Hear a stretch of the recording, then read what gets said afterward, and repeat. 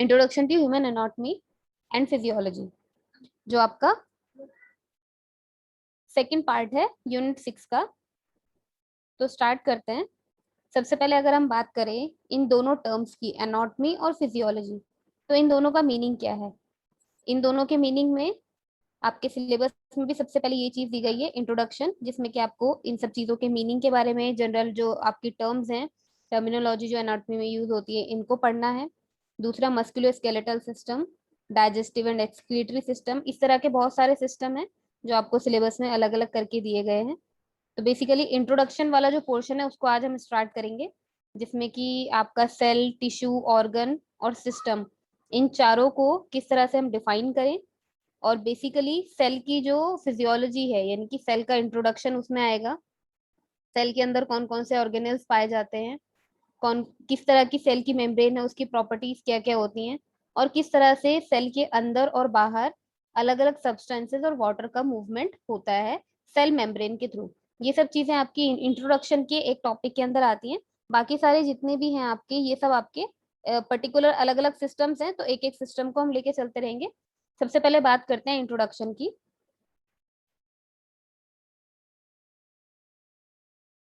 जब हम इंट्रोडक्शन में देखते हैं तो कुछ जनरल टर्मिनोलॉजी ऐसी आती है, जैसे कि सबसे पहला मैंने बोला एनाटॉमी। एनाटॉमी का मीनिंग क्या होता है, ये एक ऐसी साइंस है जिसमें आप स्ट्रक्चर ऑफ बॉडी के बारे में पढ़ते हैं। फिर चाहे वो आपकी ह्यूमन बॉडी हो, एनिमल बॉडी हो, या फिर किसी भी लिविंग ऑब्जेक्ट की बॉडी हो। जब एनाटॉमी की बात करते हैं हम किसी पर्टिकुलर लिविंग बीइंग की, तो उसमें उसका जो बॉडी स्ट्रक्चर है उसके बारे में बात की जाती है। बट जब हम उसकी फिजियोलॉजी की बात करते हैं तो उसी पर्टिकुलर स्ट्रक्चर ऑफ बॉडी का जो फंक्शन है उसको स्टडी किया जाता है, कि किस तरह से वो कंप्लीट बॉडी फंक्शन कर रही है, और उसके अंदर पर्टिकुलर जो अलग अलग सिस्टम काम कर रहे हैं वो कंबाइंड होके एज अ होल किस तरह का फंक्शन प्रेजेंट कर रहे हैं। उन सब चीजों को हम फिजियोलॉजी के अंदर पढ़ते हैं। एनाटॉमी में आप देखेंगे कि 2 से 3 तरह के अलग अलग टर्म्स आते हैं। जैसे कि पहला टर्म आता है ग्रॉस एनाटॉमी। ग्रॉस एनाटॉमी में आप लार्ज बॉडी के स्ट्रक्चर को पढ़ते हैं। लार्ज बॉडी स्ट्रक्चर्स का मतलब क्या है, ऐसे स्ट्रक्चर्स जिनको हम अपनी आंखों से देख सकते हैं। इसमें आपके रीजनल एनाटॉमी, सिस्टमिक एनाटॉमी और सरफेस एनाटॉमी, 3 चीजें आती हैं। रीजनल एनाटॉमी का मतलब है पर्टिकुलर किसी एक बॉडी पार्ट या किसी पर्टिकुलर एक रीजन के ऊपर आप उसके स्ट्रक्चर की बात करेंगे। जैसे कि मान लीजिए अगर हम बोन स्ट्रक्चर की बात कर रहे हैं तो पर्टिकुलर हम आर्म्स की बोन स्ट्रक्चर की बात करेंगे, उसको हम रीजनल एनाटॉमी के अंदर काउंट करते हैं। सिस्टमिक एनाटॉमी का मतलब क्या है, यहाँ पे सिस्टम वर्ड यूज हुआ है। इसका मतलब बॉडी में जितने भी सिस्टम है, हर एक सिस्टम जो बॉडी में अलग अलग से काम कर रहा है, वो कंबाइंडली किस तरह से थ्रू आउट पूरी एंटायर बॉडी को वर्क कराने में हेल्पफुल है, उन सब प्रक्रियाओं को हम सिस्टेमिक एनाटॉमी में पढ़ते हैं। उसके बाद थर्ड आता है आपका surface anatomy. Surface anatomy basically आपका जो एक्सटर्नल फॉर्म ऑफ बॉडी है उसका इंटरनल बॉडी के साथ में किस तरह का कनेक्शन है। जैसे कि एक्सटर्नल फॉर्म की अगर हम बात करें तो एक्सटर्नली हमारी बॉडी में सबसे बाहर क्या दिखाई देती है, स्किन दिखाई देती है। स्किन से भी कुछ चीजें ट्रांसमिट होती हैं, और स्किन का जो अपना एक सिस्टम बना हुआ है उसके थ्रू भी आपके जो स्वेट ग्लैंड्स हैं वो एक्टिव होते हैं, तो स्वेट बाहर आता है, पसीना बाहर आता है। बहुत सारी चीजें इस तरह की हैं जो एक्सटर्नल बॉडी से कनेक्टेड है इंटरनल बॉडी तक। तो उन सब चीजों को हम सरफेस एनाटॉमी में पढ़ते हैं। दूसरी टर्म आती है माइक्रोस्कोपिक एनाटॉमी। माइक्रो यानी कि छोटा, ऐसी एनाटॉमी, ऐसे ऑब्जेक्ट्स की एनाटॉमी जिनको हम आंखों से नहीं देख सकते, उसके लिए हमें माइक्रोस्कोप की जरूरत पड़ती है। वही इसमें आगे एक्सप्लेन किया गया है, जिनको हम आंखों से नहीं देख सकते उसके लिए हमें माइक्रोस्कोप को यूज करना पड़ेगा। ऐसे स्ट्रक्चर्स की स्टडी हम माइक्रोस्कोपिक एनाटॉमी के अंदर करते हैं, जिसमें कि पहला आता है आपका साइटोलॉजी, दूसरा आता है हिस्टोलॉजी। दो अलग अलग ब्रांचेस हैं। साइटोलॉजी में बेसिकली आप बॉडी के सेल्स के बारे में बात करते हैं, और हिस्टोलॉजी में हम अलग अलग टाइप के टिश्यूज के बारे में बात करते हैं। अभी हम इन चीजों को भी देखेंगे कि सेल क्या है, टिश्यू क्या है, इन सब चीजों को आगे हम देखने वाले हैं। उसके बाद बारी आती है डेवलपमेंटल एनाटॉमी की। तो डेवलपमेंट का मतलब क्या है, कि किस तरह से चीजें डेवलप हो रही हैं। और क्योंकि हम एनाटॉमी की बात कर रहे हैं तो यहाँ पे किसकी बात हो रही है, पर्टिकुलरली एक लाइफ, एक लिविंग बीइंग की बात हो रही है। तो डेवलपमेंट एनाटॉमी की जब हम टर्मिनोलॉजी यूज करेंगे, इसका मतलब वहाँ पे होल लाइफ स्पेन में किस तरह से स्ट्रक्चरल बॉडी में चेंजेस आ रहे हैं इसकी बात की जाएगी। तो डेवलपमेंटल एनाटॉमी में 3 डिफरेंट ब्रांचेस आती हैं, एम्ब्रियोलॉजी, फेटोलॉजी और पोस्टनेटल डेवलपमेंट। एम्ब्रियोलॉजी बेसिकली जब तक एम्ब्रियो फेटल स्टेज में कन्वर्ट नहीं होता, उस पूरी कन्वर्जन को, उस पूरे डेवलपमेंट को जब हम स्टडी करते हैं तो उसको एम्ब्रियोलॉजी कहा जाता है। फेटोलॉजी मतलब फेटल बनने के बाद यूट्रस में उसका जो स्टडी है, उसका जो ट्रीटमेंट है, किस तरह से वो बर्थ होने से पहले तक किस तरह से डेवलप करता है, उसको फेटोलॉजी में काउंट किया जाता है और स्टडी किया जाता है। उसके बाद जब बर्थ हो जाता है तो पोस्टनेटल डेवलपमेंट देखा जाता है, जो सारा हम एनाटॉमी के अंदर पढ़ते हैं कि किस तरह से हमारे मसल्स ग्रो करते हैं, किस तरह से बोन्स ग्रो करती हैं। ये सारी चीजें पोस्टनेटल डेवलपमेंट में आएंगी, जो कि मेनली हम एनाटॉमी के अंदर डिटेल में स्टडी करते हैं।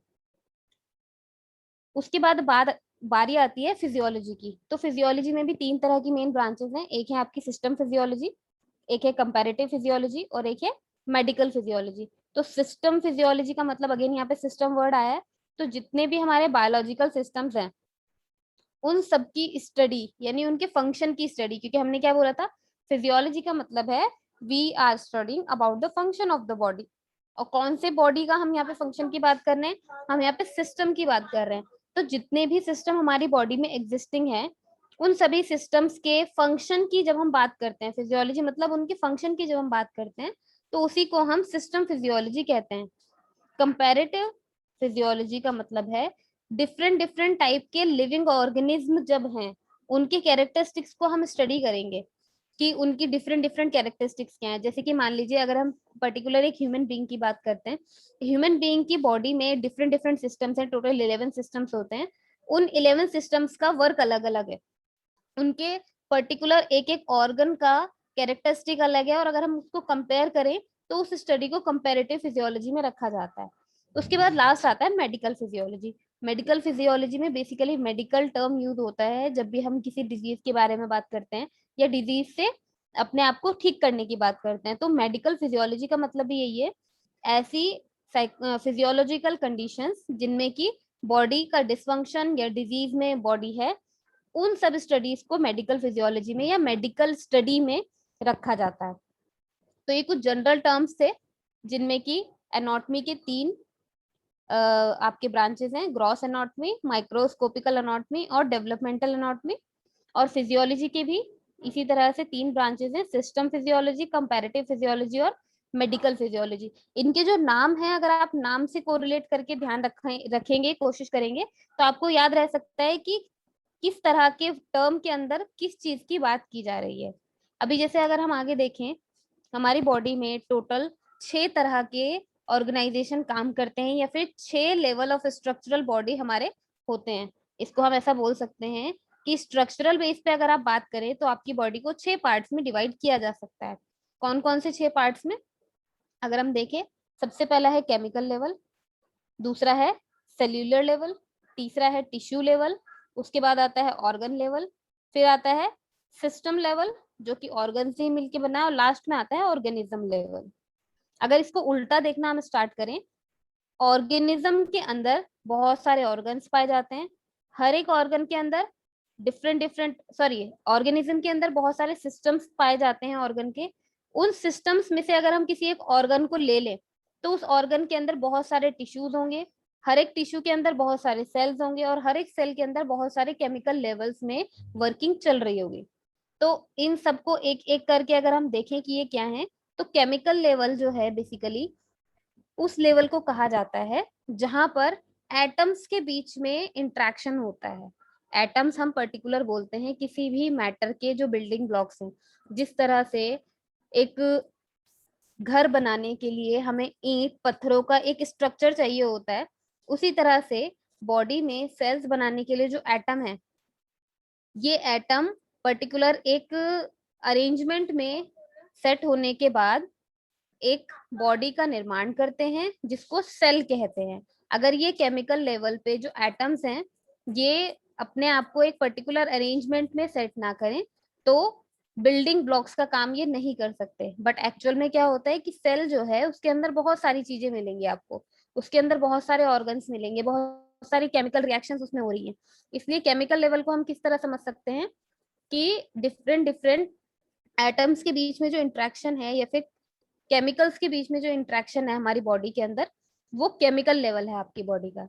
उसके बाद सेल्यूलर लेवल की जब बात करते हैं तो बेसिकली जो आपका बॉडी का एक बेसिक स्ट्रक्चरल और फंक्शनल यूनिट है, या फिर प्लांट्स और एनिमल्स का एक बेसिक स्ट्रक्चरल और फंक्शनल यूनिट है, उसको हम सेल्यूलर लेवल बोलते हैं। स्ट्रक्चरल हम क्यों कह रहे हैं? क्योंकि सेल से ही मिल मिलकर टिश्यूज बनते हैं, टिश्यूज से ऑर्गन, ऑर्गन से सिस्टम, एंड सिस्टम से फाइनली ऑर्गेनिज्म तैयार होता है। इट मीन्स कि अगर स्ट्रक्चर की यूनिट की बात की जाए तो हर एक ऑर्गेनिज्म के अंदर यूनिट के तौर पर कुछ केमिकल्स ही बेसिक में आपको मिलेंगे, कुछ सेल ही आपको बेसिक में मिलेंगे, उन्हीं को रिपीट कर करके ये पूरी विजिबल बॉडी हमें सामने दिखाई देती है। जब बात करते हैं टिश्यूज की, तो टिश्यू को हम कैसे समझ सकते हैं? डिफरेंट डिफरेंट सेल्स का अगर एक group, sorry not different cells, similar sales का जब एक ग्रुप तैयार होता है तो वो एक टिश्यू बनता है, बट डिफरेंट टिश्यूज का एक ग्रुप तैयार होता है तो वो ऑर्गन बनाता है, और डिफरेंट ऑर्गन्स का एक ग्रुप बनता है तो वो सिस्टम को जनरेट करता है, डिफरेंट सिस्टम्स का एक ग्रुप बनता है तो वो ऑर्गन को जनरेट करता है। तो इनको याद रखने का एक बहुत आसान तरीका है, केवल सेल्यूलर लेवल से टिश्यू लेवल जब बनता है तो वहां पर आपका सेम टाइप के सेल्स जनरेट करते हैं पर्टिकुलर कैटेगरी ऑफ टिश्यूज को, बट बाकी सारे ऑर्गेनाइजेशन जो हैं वो डिफरेंट टिश्यूज से मिलके एक ऑर्गन बनेगा, डिफरेंट ऑर्गन से मिलके एक सिस्टम बनेगा, डिफरेंट सिस्टम्स से मिलके पर्टिकुलर लास्ट में आपका ये एक ऑर्गेनिज्म तैयार होगा। ये लास्ट वाला जो वर्ड है ये मिसप्रिंट हुआ है, ये ऑर्गेनिज्म है, ये ऑर्गन नहीं है।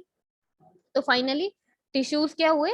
टिश्यूज एक ऐसा कंपोजिशन है जो सिमिलर टाइप ऑफ सेल से मिलकर बनते हैं, और टिश्यूज की भी अपनी अपनी कैटेगरी होती है, जिसको टिश्यू को हिंदी में उत्तक नाम से जाना जाता है।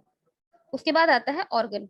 ऑर्गन जैसे कि अभी मैंने बताया, दो या दो से ज्यादा टिश्यूज से मिलके बनेगा, जिससे कि ये पर्टिकुलर ऑर्गन अलग अलग टाइप के या फिर कुछ कॉमन फंक्शंस को ऑपरेट कर पाए। जैसे ऑर्गन की जब हम बात कर रहे हैं तो यहाँ पे आप एग्जांपल देख सकते हैं, आपकी जो स्किन है, या आपके एपिथेलिकल टिश्यूज जो होते हैं, या ब्लड टिश्यूज जो होते हैं, उनसे मिलकर जो आपका एक ऑर्गेनिज्म तैयार होता है, वो ऑर्गेनिज्म काफी सारे डिफरेंट डिफरेंट फंक्शंस को परफॉर्म करने में केपेबल होता है।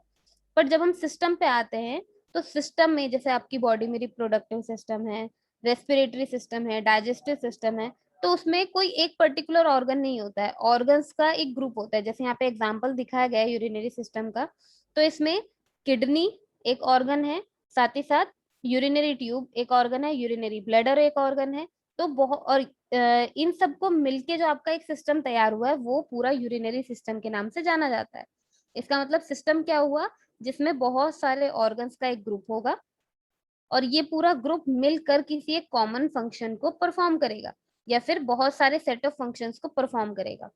लास्ट में आता है एक ऑर्गेनिज्म। ऑर्गेनिज्म मतलब वो लिविंग बीइंग जो हमें सामने दिख रहा है।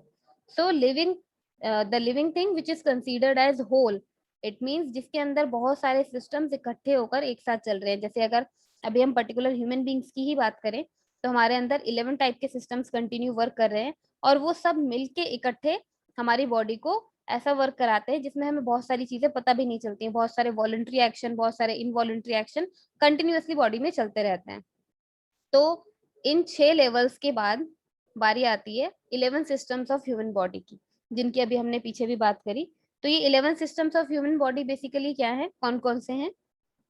सबसे पहले आता है आपका इंटीग्यूमेंट्री सिस्टम, आपका स्किन सिस्टम जो आउटर बॉडी आपको दिख रहा है। उसके बाद आता है स्केलेटन सिस्टम, यानी कि आपका जो ढांचा है शरीर का, हड्डियों का जो ढांचा है। मस्कुलर सिस्टम यानी मसल्स का सिस्टम।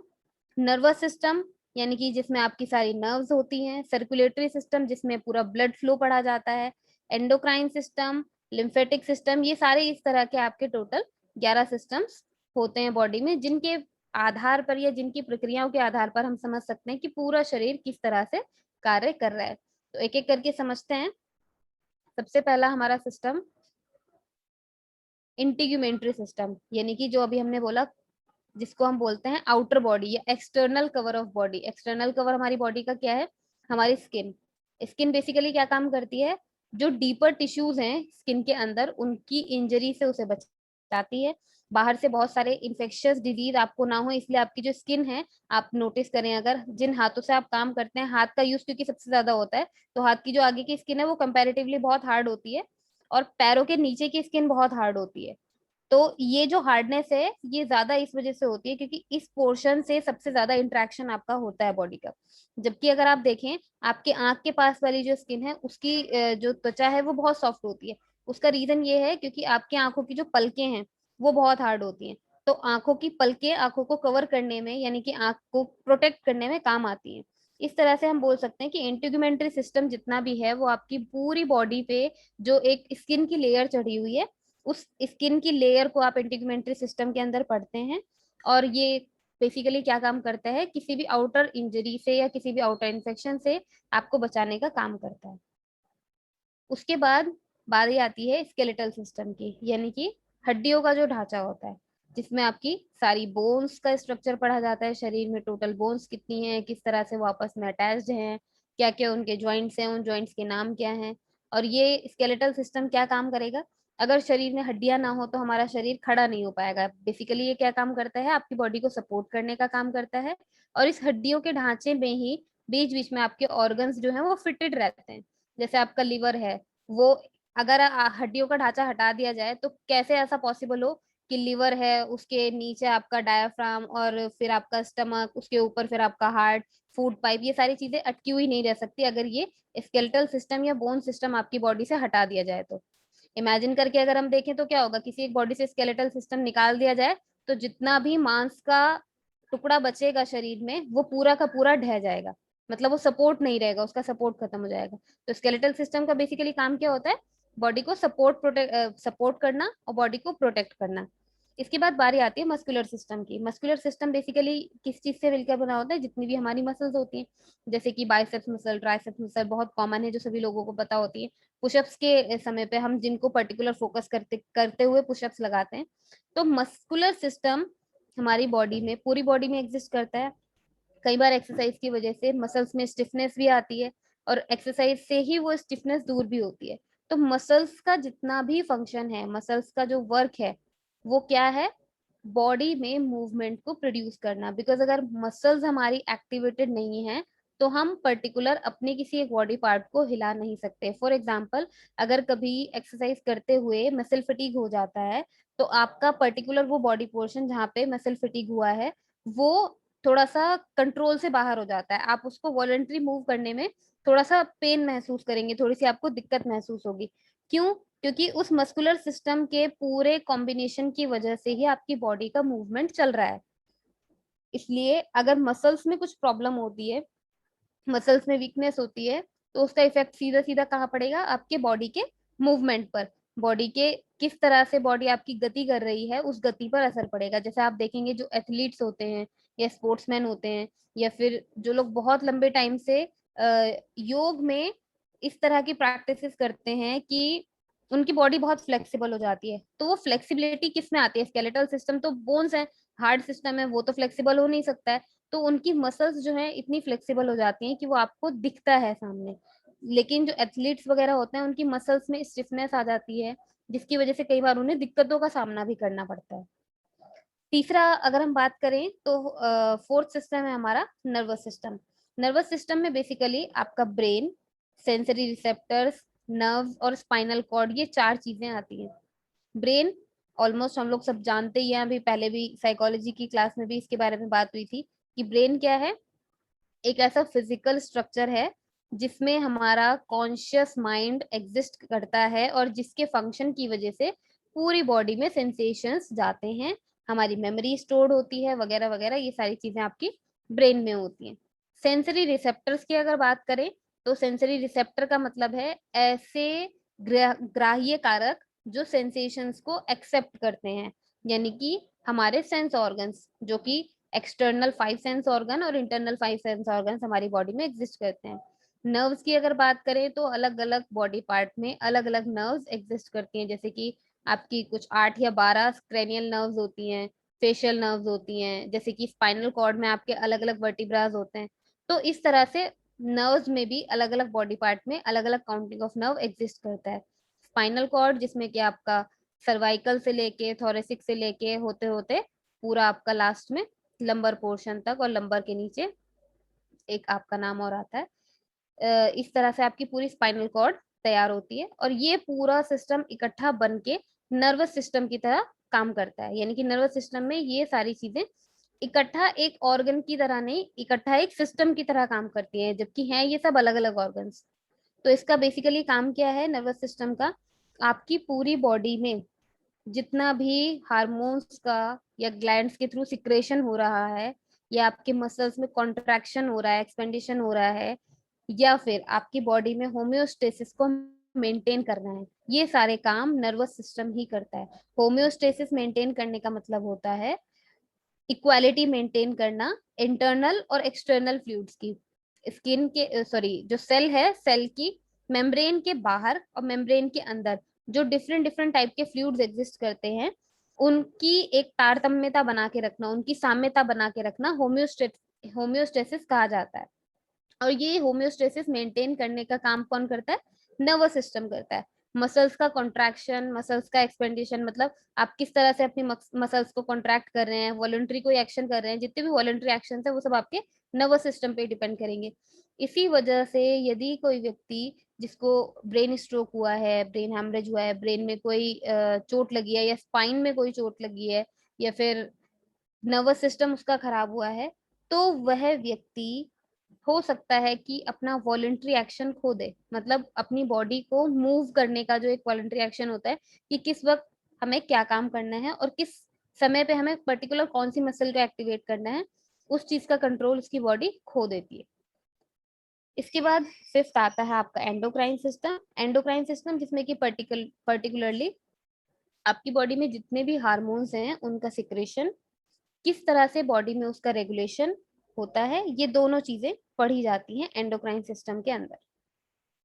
इसके बाद बारी आती है कार्डियोवास्कुलर, लिम्फेटिक और रेस्पिरेटरी सिस्टम की। तो कार्डियोवास्कुलर सिस्टम क्या है, आपका बॉडी में जितना भी जगह पर ब्लड सप्लाई हो रहा है, चाहे वो हार्ट से लेके बाकी पूरी बॉडी में जा रहा है, या फिर बॉडी से लेके अगेन हार्ट में आ रहा है, क्योंकि हार्ट के थ्रू पंपिंग होती है ब्लड की, बट ब्लड का जो प्योरिफिकेशन है वो हार्ट के थ्रू नहीं होता है। ठीक है, इस चीज को ध्यान रखेंगे। तो ब्लड की जो ट्रांसपोर्टेशन है वो किस किस बॉडी पार्ट से होकर जा रहा है, किस किस तरह से जा रहा है, उसमें क्या क्या चीजें इन्वॉल्व हो रही हैं, कौन कौन से केमिकल्स मिल रहे हैं, कौन उसको ट्रांसपोर्ट करके लेके जा रहा है, ये सारी चीजें आपके कार्डियोवास्कुलर सिस्टम के अंतर्गत पढ़ी जाती हैं, जिसमें कि आपका पर्टिकुलर हार्ट सप्लाई सिस्टम भी पढ़ा जाता है। इसके बाद अगर बात करें लिम्फेटिक सिस्टम की, तो लिम्फेटिक सिस्टम बेसिकली आपका इम्यून सिस्टम होता है। और इम्यूनिटी, जैसे कि हम लोग सभी लोग जानते हैं कि इम्यूनिटी क्या काम करती है, हमारी बॉडी को प्रोटेक्ट करने का काम करती है किसी फॉरेन सब्सटेंस से, यानी कि अगर कोई अनचाहा सब्सटेंस ऐसा है जो हमारी बॉडी को हार्म कर सकता है और वो हमारी बॉडी के अंदर जा रहा है, तो हमारा बॉडी का जो इम्यून सिस्टम है वो एक्टिवेट होके उस फॉरेन सब्सटेंस को निष्क्रिय करने की कोशिश करता है। ये सारी चीजें कि हमारी बॉडी में कौन कौन से हार्मोन्स ऐसे हैं, कौन कौन से मटेरियल केमिकल ऐसे हैं जो कि हमारी इम्यूनिटी को बिल्डअप करते हैं, हमारी इम्यूनिटी को वीक करते हैं, किस तरह से इम्यूनिटी को बढ़ा सकते हैं, कम कर सकते हैं, ये सारी चीजें आपकी लिम्फेटिक सिस्टम के अंदर पढ़ी जाती हैं। उसके बाद आता है आपका रेस्पिरेटरी सिस्टम। तो रेस्पिरेशन सभी लोग जानते हैं, इनहेल और एक्सहेल करना। इनहेल और एक्सहेल करते हुए क्या चीजें होती हैं, ऑक्सीजन का इंटेक करना और कार्बन डाइऑक्साइड को रिमूव करना। तो रेस्पिरेटरी सिस्टम में ब्लड के साथ ऑक्सीजन किस तरह मिक्स होकर जा रही है और कार्बन डाइऑक्साइड अगेन ब्लड से निकलते हुए आपके नासिका मार्ग से बाहर की तरफ आ रही है, ये पूरा सिस्टम रेस्पिरेटरी सिस्टम में पढ़ा जाता है। रेस्पिरेटरी सिस्टम केवल इतना नहीं है कि आपने सांस लिया, सांस आपके लंग्स तक गई, इनहेल करते हुए ऑक्सीजन लंग्स तक गई और वहीं से कार्बन डाइऑक्साइड वापस आ गई, वो ऑक्सीजन कार्बन डाइऑक्साइड में कन्वर्ट कैसे हुई, वहां पर आपके लंग्स में जो ट्रांसपोर्टेशन हुआ वो मेन रेस्पिरेशन है। क्योंकि रेस्पिरेशन आपका दो लेवल में होता है, एक अपर लेवल में और एक डीप लेवल में। अपर लेवल रेस्पिरेशन आपका ये हुआ कि आपने केवल ब्रीदिंग किया, ब्रीथ करके लंग्स तक एयर गया और एयर से जो कलेक्टेड कार्बन डाइऑक्साइड था उसको वापस लेके आ गया। बट जो ऑक्सीजन पहुंचा रेस्पिरेशन के बाद, वो ऑक्सीजन ब्लड सप्लाई में घुलता है, वहां से वो पूरी बॉडी में